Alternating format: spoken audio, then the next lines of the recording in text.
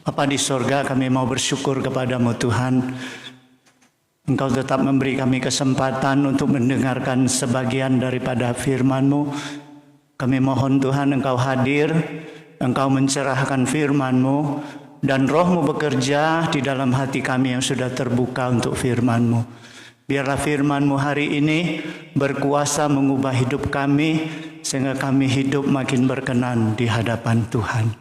Terima kasih Tuhan, kuasai hati dan pikiran kami hanya kepada firman-Mu untuk jemaat kami yang beribadah di rumah, agar mereka juga dapat konsentrasi kepada firman Tuhan. Terima kasih Tuhan, di dalam Yesus Kristus kami berdoa. Amin. Shalom. Jemaat yang saya kasihi di dalam Yesus Kristus, firman Tuhan kita pada hari ini sesuai dengan Almanak GMI adalah terdapat di dalam Markus pasal 3. Markus pasal 3 ayat 20 hingga ayat ke-35.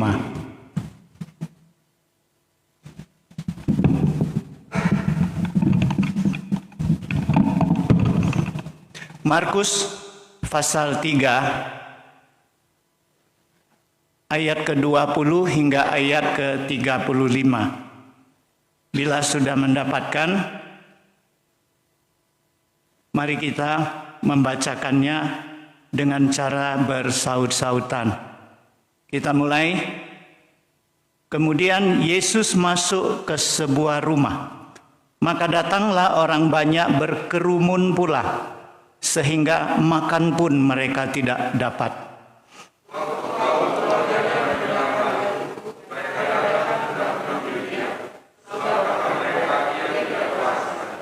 Dan ahli-ahli Taurat yang datang dari Yerusalem berkata, ia kerasukan Beelzebul, dan dengan penghulu setan itu ia mengusir setan.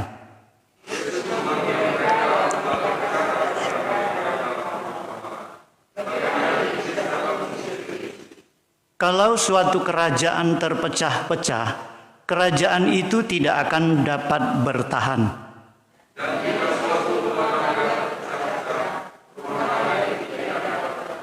Demikianlah juga kalau iblis berontak melawan dirinya sendiri, dan kalau ia terbagi-bagi, ia tidak dapat bertahan, melainkan sudahlah tiba kesudahannya.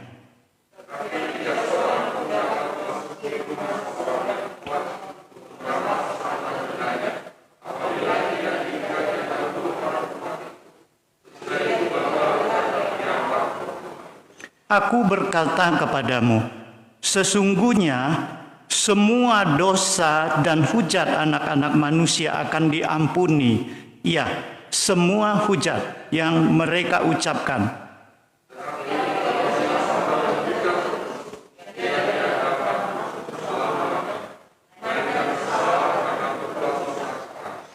Ia berkata demikian karena mereka katakan bahwa ia kerasukan roh jahat.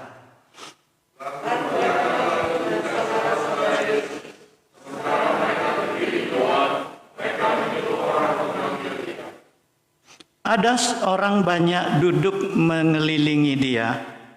Mereka berkata kepadanya, lihat, ibu dan saudara-saudaramu ada di luar dan berusaha menemui engkau.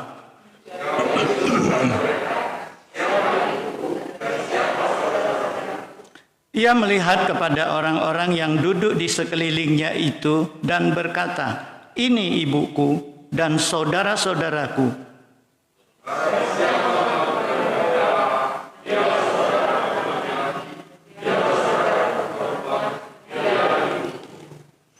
Jemaat yang saya kasihi di dalam Yesus Kristus, firman Tuhan hari ini sesuai dengan tema, sesuai dengan perikop, yaitu Yesus dan Beelzebul. Saudara sekalian, sebelum kita memasuki pokok pembahasan kita di dalam perikop kita ini, mari kita melihat sepintas kronologi pelayanan Yesus sesuai dengan penulisan Markus. Nah, saudara sekalian, diawali Yesus dibaptis di Sungai Yordan oleh Yohanes Pembaptis. Dan pada saat itu langit terbuka, Roh Kudus memenuhi Yesus seperti merpati yang turun. Kemudian ada suara dari Allah bahwa inilah anakku yang kukasihi dan yang berkenan kepadaku. Nah saudara sekalian, kemudian Alkitab mengatakan Yesus dipimpin oleh Roh Allah menuju ke padang gurun untuk berpuasa 40 hari 40 malam. Kemudian Yesus menghadapi 3 pencobaan besar daripada iblis. Nah saudara sekalian, ketika Yohanes Pembaptis ditangkap dan masuk penjara, Yesus baru keluar melakukan pelayanannya. Yesus mulai memberitakan Injil Kerajaan Allah. Sambil di samping itu Yesus merekrut muridnya. Ya, pertama-tama Petrus, Andreas, Yohanes, Yakobus, kemudian Yesus melengkapi rasul-rasulnya sebanyak 12 orang. Nah, saudara sekalian, Yesus bukan saja mengajar, ya. Dimanapun Yesus mengajar, baik itu di rumah ibadah maupun di luar rumah ibadah, orang pada takjub dengan ajaran Yesus. Karena apa? Mereka melihat Yesus mengajar tidak seperti rabi-rabi mereka. Yesus mengajar sebagai orang yang berkuasa. Ya, kita kalau dengar pidato RT umpamanya, dibandingkan dengan pidato presiden, wah itu kelasnya beda ya. Ketika kita melihat presiden berpidato, itu orang berkuasa, perkataannya itu sangat menekan, sangat kita perhatikan berbobot, tidak seperti yang tidak berbobot. Nah demikianlah mereka takjub dengan pengajaran Yesus, karena di dalam pengajaran Yesus mengandung kuasa. Nah saudara sekalian, bukan saja mengajar, tetapi Yesus juga berulang kali menyembuhkan bermacam-macam penyakit yang tidak bisa disembuhkan oleh tabib biasa. Dan Yesus juga berulang kali mengusir setan pada orang-orang yang kerasukan setan. Jadi dengan sendirinya nama Yesus sebentar saja tersiar kemana-mana. Sehingga kemanapun Yesus pergi, dimanapun Yesus berada, orang banyak selalu berkerumun, berdesak-desakan di sekitar Yesus. Nah, kita mulai dari pembahasan kita. Dengan keadaan demikianlah Yesus masuk ke dalam sebuah rumah, sehingga rumah itu berdesak-desakan, begitu banyak orang yang berkumpul. Apa maksud orang berkumpul? Mereka ada yang rindu mendengar pengajaran Yesus.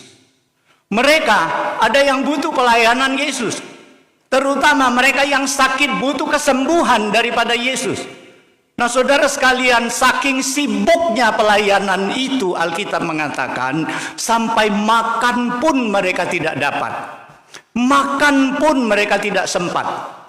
Nah berita ini sampai kepada keluarga Yesus. Jadi keluarga Yesus menganggap Yesus ini tindakannya sudah di luar batas kewajaran orang yang waras. Ya. Alkitab mengatakan keluarganya menganggap kalau Yesus terus mengadakan praktek seperti ini, dia sama dengan orang tidak waras. Nah, apa penyebabnya? Apa penyebabnya mereka menganggap demikian? Nah saudara sekalian, ada 3 penyebabnya yang membuat keluarga ini jauh-jauh datang dari rumahnya, datang kepada Yesus, ingin menjemput Yesus pulang ke rumah saja. Nggak bisa dibiarkan bekerja seperti ini. Mereka mau menarik Yesus kembali ke rumah. Saudara sekalian, ada 3 penyebab. Kenapa keluarga menganggap Yesus ini sudah di luar kewajaran? Sudah tergolong orang-orang yang tidak seperti orang yang pintar, bijak, orang yang bodoh lah dikatakan. Penyebab pertama, Yesus sebelumnya adalah tukang kayu. Kita tahu tukang kayu ya minimal ada penghasilan ya. Nah, Yesus tinggalkan pekerjaan yang berpenghasilan. Yesus memilih pekerjaan yang bukan saja tidak menghasilkan, justru makan pun sampai tidak sempat. Nah, ini keputusan orang yang bodoh. Keluarga menganggap ini bodoh, ini nggak waras ini. Meninggalkan pekerjaan yang benar, yang menghasilkan, dan memilih pekerjaan yang tidak menghasilkan apa-apa, justru makan pun nggak sempat. Ini penyebab pertama. Penyebab kedua, Yesus ini tidak ada andalan apa-apa, dia tukang kayu. Dia nggak punya backing ya. Tapi kita lihat di dalam pekerjaan Yesus, dia selalu berseberangan dengan orang-orang yang berpengaruh pada saat itu. Kita tahu ahli-ahli Taurat memusuhi dia, ya, orang-orang Farisi memusuhi dia, para imam memusuhi dia. Dia selalu berhadapan dengan orang-orang yang berkuasa, padahal dia sendiri tidak punya andalan apa-apa. Orang-orang itu dihormati di masyarakat, mempunyai kedudukan yang tinggi. Nah, saudara sekalian, ini pilihan yang tidak waras. Ya, kalau kita mau berteman dengan orang berkuasa yang ada wenangnya lah, yang bisa menolong kita, ini justru dilawan. Orang-orang kuasa itu dilawan. Kita tahu di dalam khotbah Yesus, di dalam pengajaran Yesus, selalu Yesus lontarkan kecaman kepada orang-orang Farisi, sampai Yesus katakan mereka munafik seperti kuburan yang dihiasi batu nisannya, tetapi dalamnya adalah tulang belulang bangkai. Nah, saudara sekalian, penyebab yang ketiga, Yesus merekrut 12 rasul. Dari 12 rasul itu kita melihat rata-rata mereka itu orang kalangan rendah. Nelayan lah, pokoknya orang kalangan rendah. Yang sama sekali tidak menyajikan harapan, yang sama sekali tidak memberikan keuntungan kepada Yesus, yang sama sekali nggak bisa menolong karena menganggap dia sudah tidak beres. Kenapa? Penyebab utamanya adalah mereka tidak tahu apa misi, apa visi misi Yesus sebagai Mesias. Yesus datang ke dunia bukan untuk kepentingan dirinya sendiri. Yesus datang ke dunia adalah untuk menyelamatkan manusia, kepentingan manusia. Yesus datang bukan menjalankan rencana manusia, tetapi menjalankan rencana Bapaknya yang di sorga. Mereka tidak mengerti, saudara sekalian. Oleh sebab itu mereka menganggap Yesus ini orang biasa. Orang biasa yang harusnya seperti ini baru pandai, baru cerdik, baru waras. Kalau begini, ini tergolong orang yang tidak waras. Tapi mungkin saudara bertanya, bukankah Maria tahu siapa Yesus? Waktu malaikat Gabriel datang kepada Maria memberitakan bahwa dia akan menghamili anak yang dari Roh Kudus, anak itu disebut anak Allah yang maha tinggi. Maria tahu karena malaikat ngasih tahu. Anak yang dia lahirkan, Yesus ini bukan anak biasa, bukan hubungan dia dengan Yusuf. Dia tahu karena dia diberitahu oleh malaikat Gabriel. Juga waktu Yesus pada 8 hari dilahirkan, dia dibawa ke bait suci untuk disunat waktu itu. Oh, di situ ada Simeon dan Hana. Simeon menggendong Yesus dan memberikan nyanyian dan memberikan nubuat di situ, menyatakan bahwa Yesus ini adalah anak Allah. Dia akan menjatuhkan banyak orang, dia akan membangunkan banyak orang. Wah, Maria tahu. Maria tahu. Karena Maria di situ. Dan usia 12 tahun ketika Yesus dibawa ke bait Allah, kita tahu Yesus sempat bertanya jawab, bersoal dengan orang-orang pandai di segi agama, pemuka-pemuka agama. Saudara sekalian, sampai ibu bapaknya nggak tahu, sudah pulang di tengah jalan, loh anak kita kemana ini? Mereka pulang lagi ke bait suci, ke Yerusalem, mencari sampai 3 hari baru ketemu. Yesus sedang bersoalan, bertanya jawab dengan orang-orang yang pandai agama. Pada saat itu Maria berkata apa? Oh nak, kenapa kau buat demikian? Tidakkah tahu bapakmu dan ibumu sudah susah mencarimu? Yesus jawab apa? Ibu, kenapa engkau mencari aku? Bukankah aku harus tinggal di rumah bapakku? Saudara sekalian, Alkitab mengatakan Maria menyimpan semua rahasia ini di dalam hatinya. Dia tahu Yesus ini anak yang luar biasa, bukan anak manusia benar-benaran, tetapi dia adalah anak manusia ilahi. Oleh sebab itu Maria simpan rahasia ini di dalam hatinya. Besar kemungkinan dia tidak beritahukan kepada siapa-siapa, termasuk anaknya, termasuk saudara Yesus. Inilah sebabnya kenapa mereka datang menjemput Yesus pulang. Lantas Maria kenapa ikut? Kalau Maria sudah tahu, kenapa mau ikut? Ya, kita tahu satu alasan sederhana. Ibu mana di dunia ini yang melahirkan anaknya dan mau membiarkan anaknya gila kerja sampai enggak perhatikan kesehatan? Ibunya enggak tega lihat Yesus yang dia lahirkan karena pekerjaan begitu sibuk sampai jatuh sakit karena tidak makan, tidak istirahat. Nah, saudara sekalian, sederhana alasannya. Nah, saudara sekalian, Yesus bekerja sedemikian rupa, dengan keadaan yang demikianlah keluarga Yesus, ibu Yesus dengan saudara-saudara Yesus datang ke rumah itu. Saya melangkahi perikop ini ke ayat ke-30 dan 35 supaya hubungan ini tidak terputus dengan perikop yang tengah tadi. Mereka sampai di tempat ramai itu dengan tujuan menjemput Yesus karena orang banyak berdesak-desakan. Mereka tidak bisa masuk menjumpai Yesus. Mereka berikan pesan kepada orang-orang yang duduk di sana. Tolong kasih tahu Yesus bahwa mamanya, saudaranya datang mau menjumpai dia. Tujuan mereka apa? Supaya Yesus keluarlah jumpai dia, atau memerintahkan orang beri jalan sama keluarganya. Kasih jalan karena mamaku mau jumpa aku. Mereka ada di luar, kasih jalan dong. Atau Yesus keluar.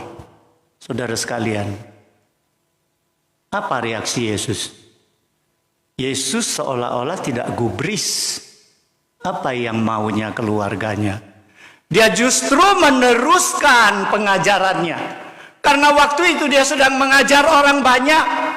Nah, dia meneruskan pengajarannya. Dia berdiri dan dia melihat ke sekitarnya. Dan dia bertanya, siapa ibuku? Siapa saudaraku? Kamu tadi katakan ibuku, saudaraku. Siapa? Ini loh. Ini ibuku, ini saudaraku. Barang siapa melakukan kehendak Allah, inilah saudaraku laki-laki, inilah saudaraku perempuan, inilah ibuku. Saudara sekalian, dari jawaban dan reaksi Yesus ini, respon Yesus ini, boleh kita anggap Yesus ini kurang sopan, ya, nggak tahu etika. Orang tua keluarga datang nggak disambut baik-baik, justru dinafikan, seolah-olah nggak kenal. Siapa orang tuaku?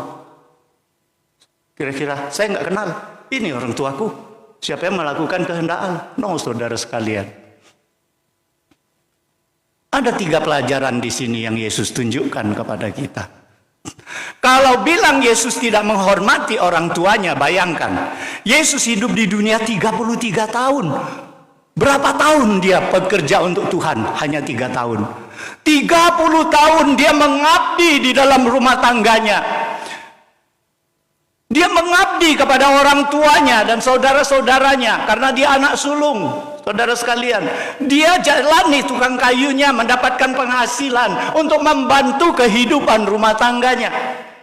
Jadi enggak bisa mengatakan bahwa Yesus tidak hormat, tidak menghormati keluarganya, tidak. Tapi kenapa Yesus seolah-olah cuek, tidak menghiraukan panggilan mereka? Karena satu hal, Yesus tidak mau ada kuasa apapun, ada pengaruh apapun, ada hubungan apapun yang boleh menghentikan pelayanannya di tengah jalan. Yesus pada saat itu sedang mengajar, jangan mentang-mentang mamaku, mentang-mentang saudaraku mau stop pelayananku. Yesus mengerjakan pekerjaan Allah, bukan pekerjaan manusia. Masalah hubungan keluarga, cepat atau lambat, orang di situ pasti tahu, oh ini loh ternyata Ibu Yesus, oh ini loh ternyata saudara Yesus. Enggak usah khawatir, lambat atau cepat mereka pasti tahu. Tetapi Yesus pada saat itu ingin menyatakan, tidak ada satupun yang dapat kita andalkan untuk menyetop pelayanan Tuhan. Jadi hati-hati. Seringkali di gereja bisa terjadi seperti itu. Saya pernah dengar khotbah Yusuf Roni. Dia bilang waktu dia mengunjungi Sumatera Utara, mengikuti kebaktian, pendeta sedang khotbah, tiba-tiba ada seorang sintua, langsung menyetop khotbah pendeta. Turun kau, stop kau khotbah. Karena apa? Khotbahnya tidak sesuai dengan keinginannya. Jangan mentang-mentang, Yesus menganggap, jangan mentang-mentang keluargaku, kamu boleh menyetop semaumu. Saudara sekalian, kita semua di gereja ini, kita harus mendukung pelayanan. Kita berusaha supaya pelayanan di gereja ini berjalan lancar, bukan menghambat, bukan menyetop. Apapun kedudukan kita, baik kita majelis, sintua, siapapun kita, jangan kita andalkan. Tidak berkenan kepada Allah. Kita justru harus mendukung pelayanan. Bagaimana agar pelayanan ini boleh berjalan dengan lancar, boleh mendapatkan hasil sesuai dengan kehendak Tuhan. Jadi saudara sekalian, yang ketiga, Yesus tidak ingin orang-orang banyak di situ gara-gara kenal ini mamanya, ini saudaranya, lantas memberikan penghormatan yang berlebihan, terutama kepada mamanya. Jadi kita dapat melihat sekarang ada aliran, saya tidak usah sebut, kalian pasti tahu. Mereka begitu mengagungkan Maria karena Maria ibu Yesus katanya. Kita tidak menyembah Maria, tapi kita menghormati. Oh, inilah yang Tuhan Yesus tidak mau. Menghormati berlebihan sehingga mohon berkat pun bisa dengan Maria. Nah, saudara sekalian, Yesus tidak mau terjadi itu. Dan di sini Yesus mau menjelaskan suatu konsep keluarga yang sejati. Apa konsep keluarga yang sejati, yang berharga, yang bernilai di mata Tuhan? Yesus katakan, siapa yang melakukan kehendak Allah, itulah mamaku, itulah saudaraku laki-laki, itulah saudaraku perempuan. Inilah konsep keluarga Kristus yang sejati, yang bernilai di pandangan Tuhan, lebih bernilai daripada hubungan apapun. Saudara sekalian, nilai keluarga yang sejati adalah kita bersama hidup di dalam Tuhan. Bukan sekedar hidup di dalam Tuhan, kita mempunyai visi misi yang sama dengan Tuhan. Kita mempunyai kasih kepada Tuhan. Kita juga mempunyai belas kasihan kepada sesama. Kita sama-sama mengasihi, saling mengasihi. Inilah hubungan keluarga yang sejati yang Yesus tekankan di situ. Lantas saudara, pertanyaannya, sudahkah kita termasuk anggota keluarga Allah yang sejati? Ataukah kita anggota keluarga Tuhan yang buat recok? Ini pertanyaan. Kuncinya apa? Sudahkah kita saling mengasihi, saling mendukung di dalam Tuhan? Keluarga yang sejati di dalam Tuhan tidak tergantung berapa ramainya gereja, berapa banyaknya jemaat, tidak. Tetapi tergantung berapa harmonisnya hubungan antara jemaat dengan jemaat, berapa harmonisnya hubungan jemaat dengan Tuhan. Inilah keluarga Tuhan yang sejati. Kita jangan hanya mengatakan saudara-saudara seiman, saudara-saudara di dalam Tuhan. Kita mengaku saudara, tetapi kita saling gontok-gontokan. Nah, saudara sekalian, lalu kita lihat orang-orang ahli Taurat sengaja turun dari Yerusalem. Tujuannya apa? Tujuannya memfitnah Yesus. Saudara sekalian, mereka melihat Yesus, mereka mendengar ajaran Yesus, mereka melihat bagaimana Yesus dengan kuasa yang besar mengikat iblis, mengusir iblis daripada orang yang kerasukan setan. Tetapi mereka justru mengatakan apa? Mereka menuduh Yesus kerasukan setan dan mengusir setan dengan kuasa setan Beelzebul. Saudara sekalian, bagaimana mungkin? Pernah kita lihat orang yang kesurupan mengobati orang yang kesurupan? Nggak mungkin kan? Nggak pernah, saya nggak pernah. Ya. Bagaimana Yesus kalau kerasukan setan, dia mengusir setan? Nggak mungkin. Dan di sini Yesus menjawab dengan serius. Kenapa? Tadi Yesus tidak menggubris kemauan keluarganya, dia menyepelekanlah. Tapi ini Yesus serius loh. Kenapa serius? Yesus menjawab sampai memberikan perumpamaan-perumpamaan loh. Kenapa serius? Karena ahli Taurat, saya katakan tadi, ahli Taurat, orang Farisi, para imam, mereka ini orang yang berpengaruh. Perkataan mereka bisa mempengaruhi orang banyak. Dan pada saat dilontarkan tuduhan itu, sengaja di depan orang yang berdesak-desakan, supaya orang-orang itu berontak terhadap Yesus. Jangan percaya Yesus, menolak Yesus. Saudara sekalian, inilah kemauan orang-orang Farisi dan ahli-ahli Taurat. Dan Yesus tahu itu. Oleh sebab itu Yesus jawab dengan serius. Jawaban Yesus sederhana. Ya. Bagaimana mungkin kalau aku dirasuk setan, aku dengan kuasa setan mengusir setan? Bagaimana mungkin setan itu berlawanan dengan setan, saling gontok-gontokan, maka kerajaan setan itu bisa bertahan? Bagaimana mungkin? Satu negara kalau dalamnya terpecah-pecah, negara itu tidak akan berdiri kuat. Demikian juga satu keluarga. Nah saudara sekalian, Yesus mau menjelaskan kepada orang banyak, tidak mungkin setan mau mengusir setan. Tidak mungkin setan berlawanan dengan setan. Setan itu jadinya dari malaikat, otaknya cerdas lebih daripada manusia. Setan bisa jadi singa yang mengaum-ngaum, menerkam orang mangsanya. Setan juga bisa jadi malaikat yang terang, yang menipu, merayu, menggoda, menjebak manusia. Nah saudara sekalian, Yesus mau katakan di situ dengan orang banyak, ini suatu fitnah, ini suatu penghujatan. Makanya Yesus memberikan contoh berikutnya, ya.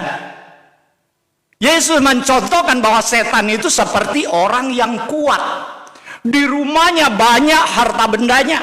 Kalau kita mau merampok harta bendanya, tidak mungkin kita bisa masuk begitu saja. Kita harus bisa menaklukkan orang kuat ini.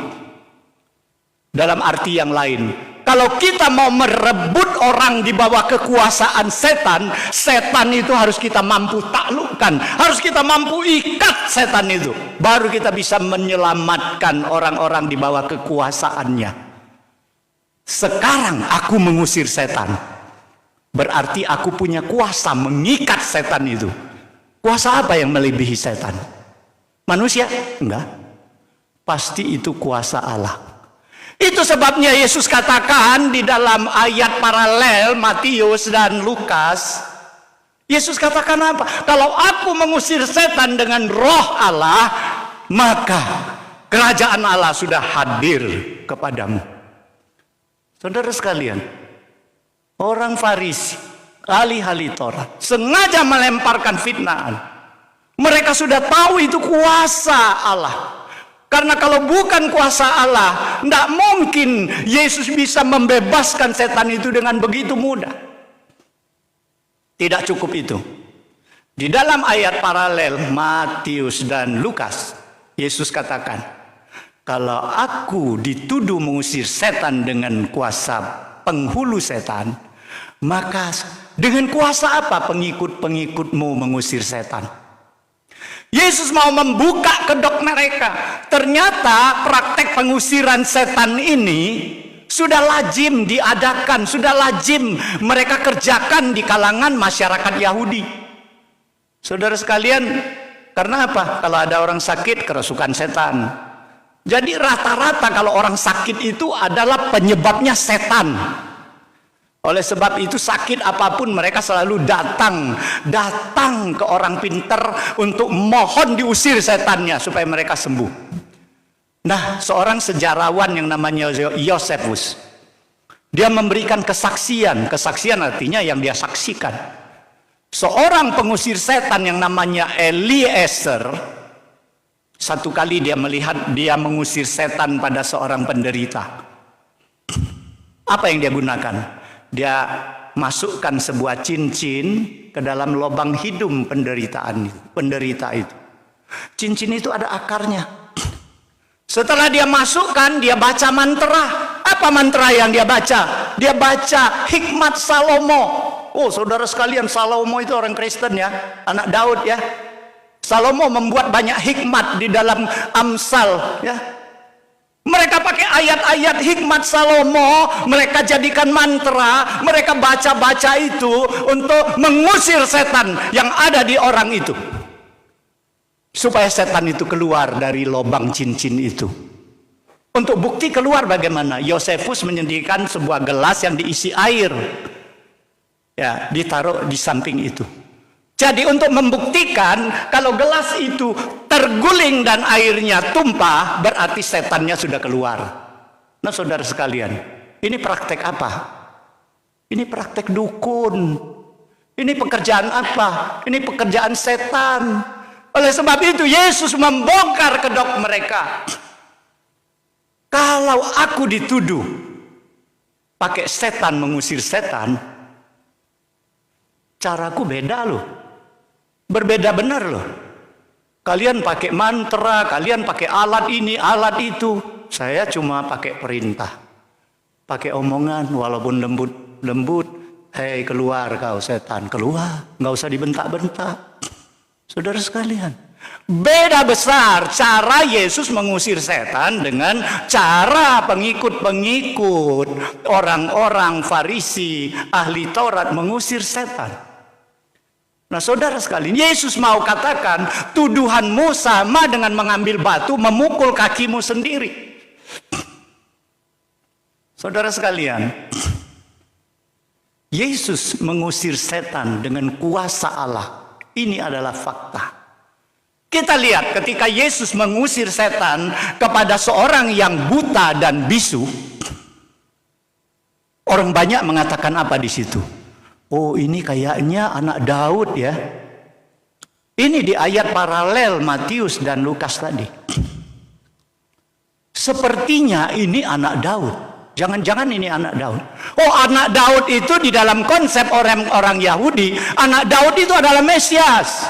Karena Mesias itu dari keturunan Daud. Tapi orang-orang ini, ahli-ahli agama ini, sama sekali tidak terima bahwa Yesus itu Mesias. Walaupun sudah melihat dengan mata kepala sendiri kuasa Yesus yang dari Allah itu. Mereka mengeraskan hati. Mereka tidak bisa menerima Mesias yang lahir di kandang domba, Mesias yang hidup di rumah tukang kayu. Nah, itu sebabnya Yesus katakan, siapa yang menghujat Roh Kudus, dosanya tidak terampuni. Saudara sekalian, mereka tidak terampuni bukan karena dosanya saking besar, saking berat, bukan ya. Nggak ada dosa yang seberat apa yang tidak mampu diampuni oleh Tuhan. Tidak ada, asal dia mau datang kepada Tuhan. Bukan, mereka tidak terampuni bukan karena seberat apa dosa mereka, bukan, karena dalam hati mereka menolak pengampunan itu. Bagaimana mereka bisa diampuni kalau mereka menolak pengampunan? Itulah penghujatan Roh Kudus. Jadi saudara sekalian, tidak heran kalau Rasul Paulus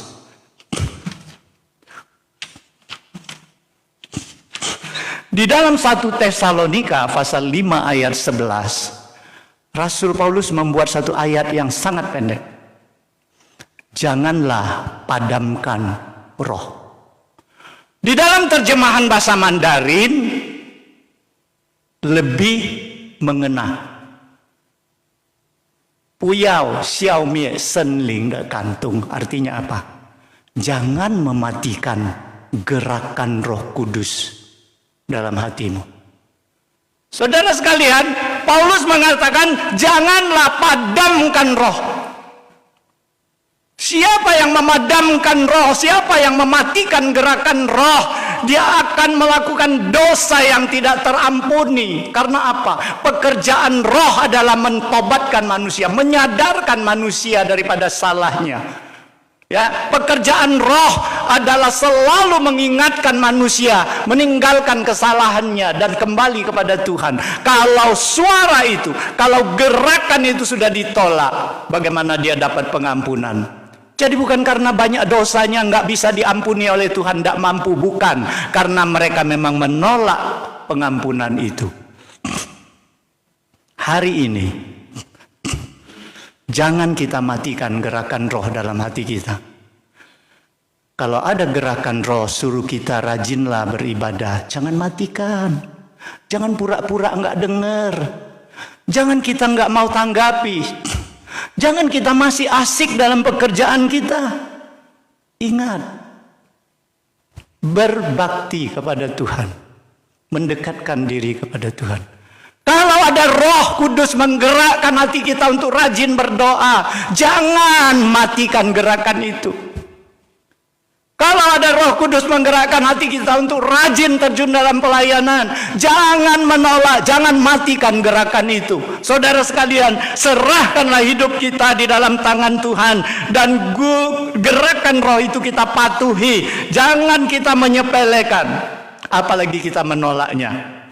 Agar kita bukan saja diselamatkan oleh Tuhan, mendapat pengampunan Tuhan, tetapi kita juga berhak menjadi keluarga Allah yang sejati.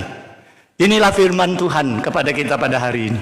Semoga Tuhan melalui Roh Kudusnya mencerahkan firman-Nya kepada kita, sehingga kita boleh hidup lebih berkenan kepada Tuhan. Kita berdoa. Bapa di surga, kami mau bersyukur kepadamu Tuhan. Walaupun firman-Mu yang sudah berakhir, tetapi kami mohon Roh-Mu tetap bekerja di dalam hati kami. Engkau tetap menolong kami, memberikan kemampuan kepada kami untuk melakukan firman-Mu, sehingga kami hidup lebih berkenan di hadapan-Mu. Terima kasih Tuhan, di dalam Yesus Kristus kami berdoa. Amin.